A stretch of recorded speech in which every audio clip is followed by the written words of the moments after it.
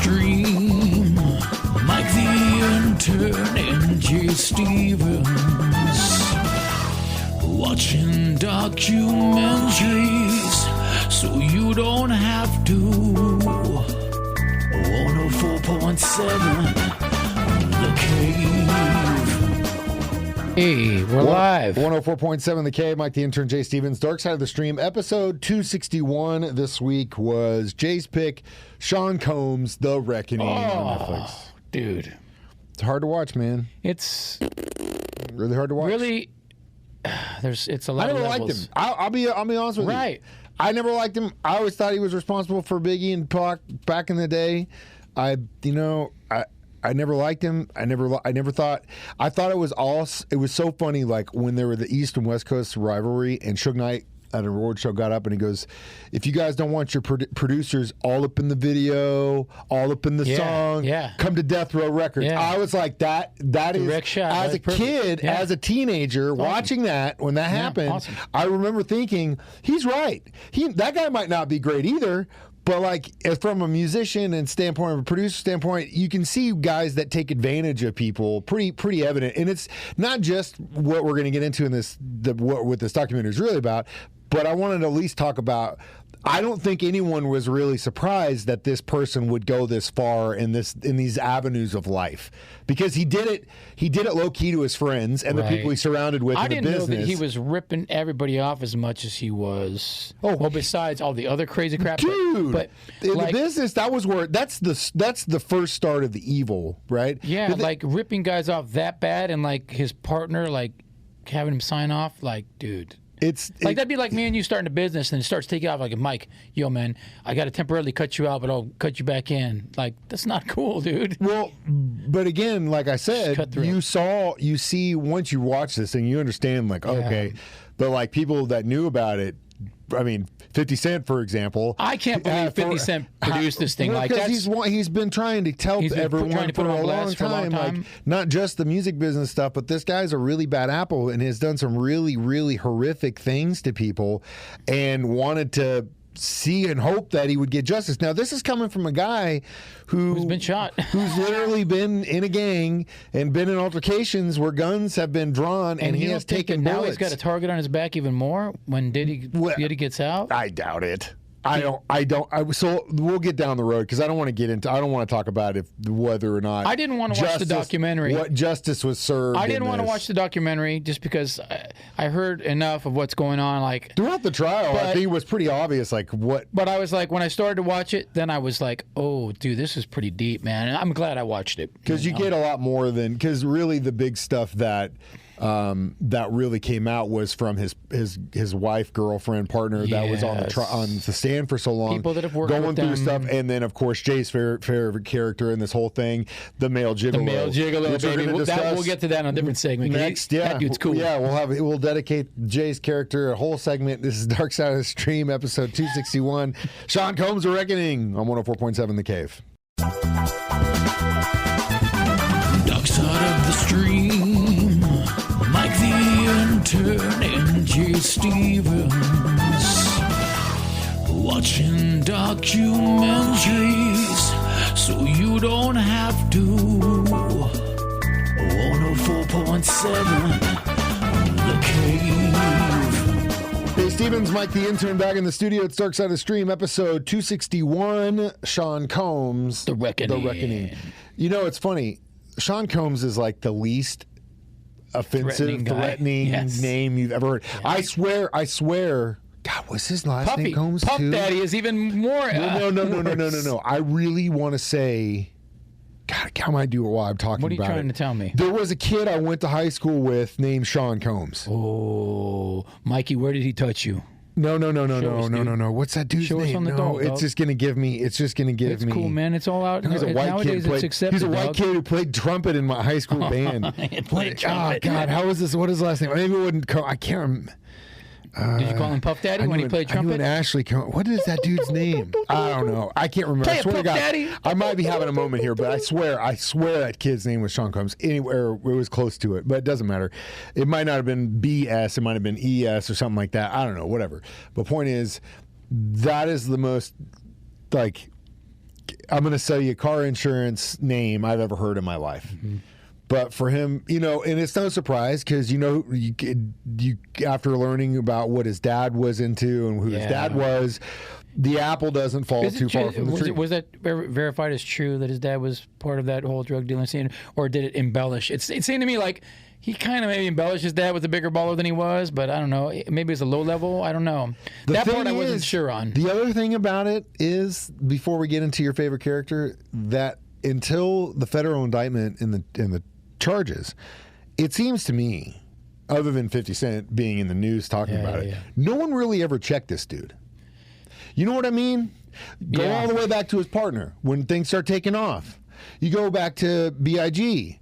Like, all that stuff that he gets sideways on. He's probably just a very coercive person, he obviously is a manipulator. Charming, manipulative person. Eventually, if you keep doing that, you would think that eventually someone's going to check you, especially in that world. Especially in that world, especially when you're dealing with Suge Knight and stuff like that. Especially where it's by the way, we talked about Suge Knight. Could I just say, one night in a nightclub, Suge Knight told me, good, S-H-I-T was the word he said, but good, boys.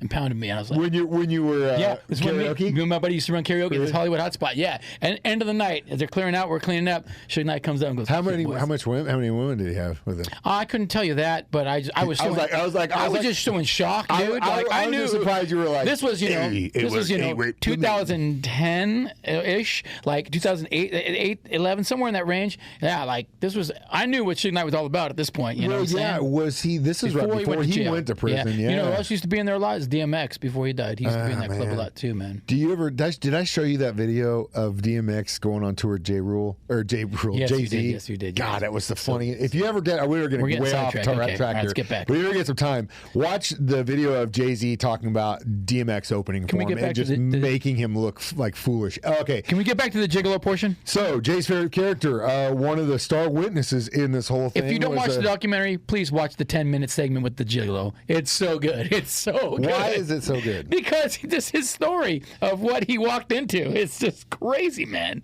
Well, it's crazy. Right? If you're a gigolo, that's a crazy situation to walk into. If you had gone back, let's say you're 25, 30-year-old Jay. Yeah. And you get I get propositioned. No.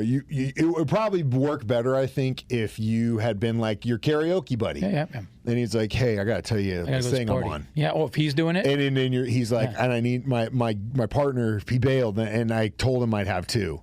You seem like the type of guy. Oh, 100% I'd go. Yeah. 100%. Would you have kept a career in it as far as you could? Like I would, dude. If I'm with P. Diddy and his chick, and I'm just talking. We're not going to be specifically the Puff Daddy situation. I'm just saying, like, it led to you having a career in the adult sex industry in Hollywood. And you know what? I might not have got out, dude. I might not be here right now, man. I might not have got out. I might have been still holding on. I probably would have my own little stable of dudes. You would have definitely hit the fitness. I'd get Tyler on the clock. The fitness Jay and jiu-jitsu Jay would have hit a lot earlier. No, it would have had to have happened a lot. Oh, yes, absolutely. Well, first of all, how the hell did this guy do it for 3 days like he said? That's a lot of doing it. I mean, first of all, you look at the dude and he is like a professional. I mean, he's an athlete. He's stallion. He's built. For lack of a better term, right? As a breeder. They picked a good one. I guess if you can do that, then that's a good career path for you. You look at I would not be the greatest gigolo because I'm not going to go for 3 days. And also the genetics portion too. Hey now. So anyway, I'm not going to say myself either. Look at this guy and look at us. Okay, Tyler, somehow put a picture of this guy between the three of us, and you tell us what genetics you want. What form of genetics you want to go from. If you're listening and you've seen Jay Stevens naked, call in, represent. Come on. Phone lines are open. Phone lines are open. We'll get a side by side. If you're a guy that's seen me naked, I'm sure there's guys that see me naked listening too. Come on. We'll get a side by side. We'll just put a side by side, and you can call and vote in a later date. But yeah, I just always find it interesting because, unfortunately, for women, it's usually 99% of the time out of necessity. Like whether I'm a user, an addict, or I got to provide for my kids, I don't have any money, I'm a good-looking why chick. they get into prostitution? It's literally, there's the 1% that you see on your Facebook, Instagram reels of these girls that are, it's empowering. Well, you won the lottery because most of them are out on the street trying to get rent. That's literally the reality. But the guys... It's like he was a security dude, or he was a model, or he was a limo driver, or yada, yada, yada. And he meets some guys, got some hustle on the side. Hey, and next man, thing you want to make some extra money tonight? I'm so surprised it never happened to you. For all the stories and things that you fell into. Well, I would do it for free. That's why. That's my problem. I wasn't getting paid. Yeah, well, and therein lies the rub. But this guy, I wonder... Did he ever actually give a number, a financial number on how much money he made? No, he didn't. And it must not have been a lot because he's willing to come. I mean, you figure they got to give you hush money for that. Once you know once you know it's P. Diddy. There's got to be NDA contract signed. You go through the whole white parties. The first time he showed up and they're in wigs and masks and stuff like that. All right, but then once he was like, I mean, this went on for a long time, so he was their boy, like. He was the go-to guy. He was the guy. He was like, you're not just going to keep calling random strangers. You got a stallion that can go for 3 days? Let's go, homie. Man, insane. Well, another part of this insane story is the white parties, and we'll talk about that next. It's Dark Side of the Stream on 104.7 The Cave. Dark Side of the Stream, Mike the Intern and J. Stevens. Watching documentaries so you don't have to. 104.7 The Cave. Mike the Intern, Jay Stevens back in the studio. It is Dark Side of the Stream, episode 261. We're discussing Sean Combs' The Reckoning on Netflix. We're trying to make light of, obviously, a really, really horrible situation in which an individual surrounded by a bunch of other pretty not-so-great individuals took advantage of a lot of people, whether they are into it, getting paid for it or not. It's a bad situation. Nobody putting him on blast until now, like raising flags. Because it's probably a lot more common, all these people you and I are out and I see you hit your wife, I'm going to intervene. Of course. You know what I'm saying? But that's why we're friends. And again, these are all enablers. And I'm sure there's on that level of fame and wealth and whatever, it seems to me that if you got enough money, you can do whatever you want. Buy your own island. Charter planes to your own island with whoever you want on those planes. These are all yes men, dude. But the politicians, actors, musicians, it's rife with it. It always has been. It always will be, unfortunately. Which it just sucks. But I'm not Superman. There's not a whole lot I can do about it. It just take our Arc Raiders experience recently. We're just going to get popped by some kid and killed, and even trying to stop from happening. So the other thing, and that brings me to my point, is for the longest time, those white parties were like the thing. Like you wanted to go to the white party. You wanted to be invited to those things. It was the after party. The freak-offs following the white parties. A lot of people went to the white parties, which I would have gone to. You would have gone. But I would have dipped out when it started getting weird. See, you know what I'm saying? It's so funny, too, like, after you grow up and you stop doing, like, the crazy stuff and going that far. I'm not there yet in life. It's funny, even in our world now, even you can feel the room. You can feel when it's closing time. Like I told you how we get approached all the time. Dude, that's what I'm saying. Like, you're like, that's when I'll tell her. I'm like, it's fun. I'm not getting on this ride. Hey, we got to go. She's like, why? I don't want to leave. I'm like, if I'm saying it's time to go, there's a reason. Yeah, it's time to go. It's weird, and let's get the hell out of here before it gets even weirder. Yeah. But the freak-offs, the one thing I wanted to talk about is like, I can't for the life of me think like that's the band name. The most of the people that were involved that were like just regular old, Sallies or whatever you want to call them. Yeah, they would go over there at like 5 or 6 in the morning, 7 o'clock in the morning. If you're showing up to a party, that's why I'm like, dude, the sun's coming up and you are fresh from the club. That's the worst, dude. Right? Just thinking about it gave me that taste in that feeling in my body of like the bright of when you're like, God. And then it's like, let's eat some more. I don't want to. I can't keep going. You're forcing down like a half pill or something. Where's the I want to sleep now button? Anyway, that to me is just incredible. And then you get there. there and you got to sign a bunch of contracts and take away all your communication to the outside world, and then you're shut in. Bro. To me, that's a little bit much. Even if it was Puff Daddy, I don't know if there's any musician alive that I would be willing to make that deal for. Everybody would have gone to those parties if you had invited, because, dude, it's a music mogul. You know what I'm saying? Or a necessity to try and further your career. Yeah, what I mean, a music mogul. And so many people were manipulated. Hey, maybe he wants to sign a rock too. singer. You know what? I'm in. Take your favorite character. Yeah. Maybe he thought he was going to be a dancer in a rap video. Yeah. Probably not. Yeah. Dark Side of the Stream, episode 261. We're doing Sean Combs' Reckoning, and we'll come back with our conclusions of it next on 104.7 The Cave. Dark Side of the Stream, Mike the Intern and Jay Stevens. Watching documentaries so you don't have to. 104.7 The Cave.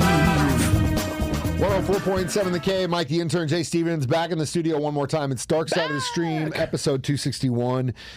Sean Combs' Reckoning. What do you think, Mike? What do you think of my pick? I mean, it was okay. It's not like it. It's kind of like going from like reading the headline to really going down the rabbit hole of a rabbit hole I don't want to go down. So I don't want to knock it because it's definitely eye opening and it gives a lot more context to the situation. Do you feel it solidified that he was behind the Big and Tupac murders? I mean, it sure looks that way, right? If it barks like a dog and it looks like a dog, then it's probably a dog. Say a duck, again, it blows my mind that nobody has checked this dude. Well, and thanks to 50 Cent. Thanks to 50 Cent, he did. Well, yeah, we'll see what happens once he gets out. That's the thing. He's only in for what, a couple years? He's gonna get out soon. That's the thing. Did it come up for you, baby? A complete miscarriage of justice. Yeah, complete miscarriage of justice. Well, it's hard to make stuff stick in this. If you have a legal system, then you have somebody defending that has money. It's hard to make stuff stick, dude. You know, we would have gone to jail for life if we were involved in this kind of thing. For a literal like a 0.00002% for one charge of this. Yeah. We just were at the. They found out that we were at the freak off for 30 minutes and we're in prison for the rest of my. We didn't even throw it. My gigolo career could continue in jail. It would definitely continue in jail, my friend. So next week, my pick. It's called A Deadly American Marriage. Oh. It is also on Netflix and pretty crazy story. Of, in my opinion, another very miscarriage of justice. As always, you can watch us do these live on Facebook or YouTube at 9 a.m. every Thursday. You can also download the podcast version for free on our 104.7 The Cave app, or just listen to it during my show at 9 or Jay's show at 6. I'm Mike the Intern. That's Jay Stevens reminding you we watch movies so you don't have to. It's Dark Side of the Stream on 104.7 The Cave. Yeah, that one.